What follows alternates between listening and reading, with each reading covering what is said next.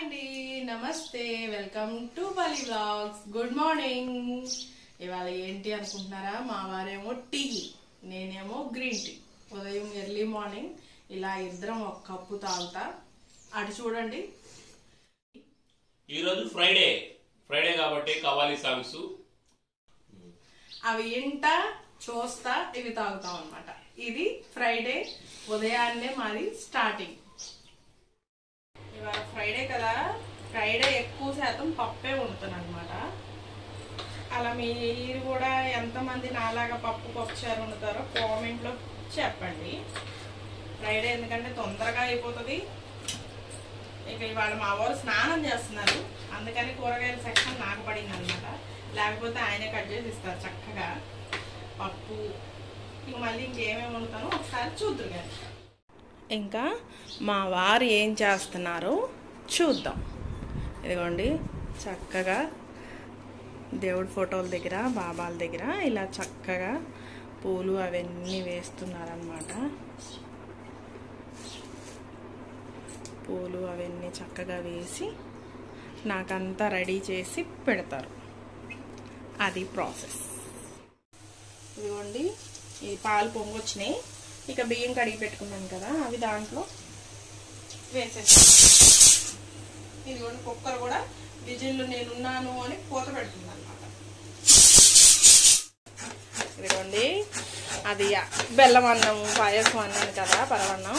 దానికోసం మా వారు నాకు చక్కగా బెల్లం తరిగి ఇస్తున్నారు. చూడండి, పొద్దుగాల ఎంత కష్టపెడుతున్నారు ఆడవాళ్ళు. మేమేమో ఆడవాళ్ళకి హెల్ప్ చేద్దాం అనుకుంటే ఇక పనులన్నీ మనతో చేపిస్తున్నారు. హెల్ప్ చెయ్యాలి స్వామి, చెయ్యాలి. ఓకే ఓకే, చూసావా? 2 నిమిషాల్లో కంప్లీట్ చేశారు. అందుకేనండి బాబు నేను మీకు చెప్పేది. ఓకే, ఎంజాయ్ చేయి. ఇదిగోండి, అన్నము ఇట్లా మెత్తగా ఉడికిపోవాలన్నమాట బియ్యం గింజలు. అలా అయితేనే బాగుంటుంది. ఉడక ముందు వేస్తే బాగోదు. ఇలా చక్కగా నేను పాలల్లో ఉడకబెట్టుకుంటాను. ఇలా పాలల్లో ఉడికితేనే టేస్ట్గా ఉంటుంది. తర్వాత ఇదిగోండి, మా వారు బెల్లం మొత్తం తురిమి పెట్టారు కదా, ఇదిగోండి వేసేస్తున్నాను. బెల్లం చక్కగా దాంట్లో వేసేసుకున్నాను అన్నమాట.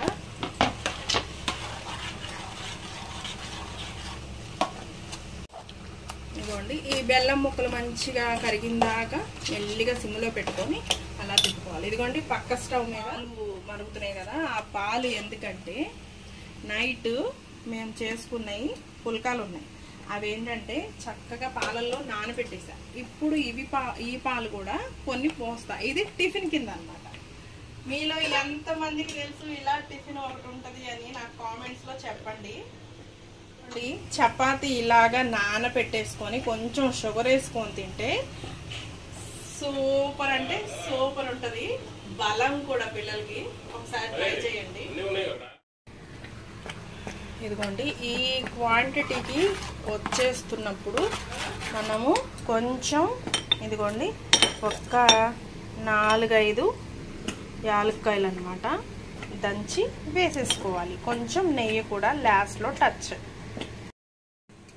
ఇదిగోండి, చక్కగా ఇంట్లో నేను తయారు చేసుకున్న నెయ్యి.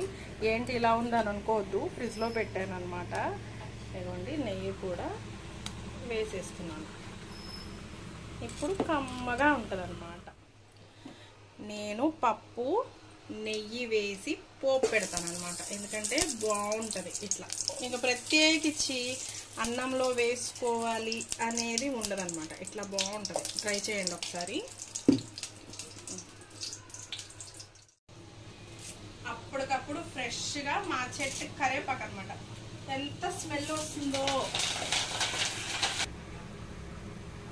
ఇదిగోండి, పప్పు పోపు పెట్టాక ఇలాగుందనమాట. నోరు ఊరుతుందా నా పప్పు చూస్తుంటే? టమాటా పప్పు.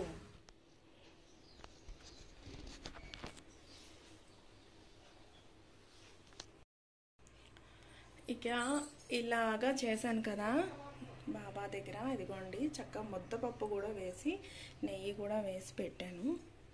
ఫోటోలు చూపించకూడదు అని అంటారు, కానీ దేవుడు కదండి, అందరూ దండం పెట్టుకుంటారు, సలాం చేసుకుంటారు అని చెప్పి నేను ఇలా ప్రతి ఫ్రైడే ఇలా చేసుకుంటాను అని చెప్పి మీ అందరికీ చూపిస్తున్నాను ఈ వ్లాగ్లో. ఇక ఇంతటితో ఈ ఫ్రైడే వ్లాగ్ వచ్చి సమాప్తం అంటే అయిపోయిందండి. మళ్ళీ వేరే వీడియోతో కలుద్దాం. మన వీడియోలకి లైక్ చేయండి, షేర్ చేయండి, సబ్స్క్రైబ్ చేయండి ఫ్రెండ్స్ ప్లీజ్. ఏం కాంబినేషన్ బాజీ, నెయ్యి ముద్దపప్పు పరమాణం, అమృతం లెక్క ఉంది. Thank you. ఇదిగోండి, ఇది ఫ్రైడే వ్లాగ్ అన్నమాట.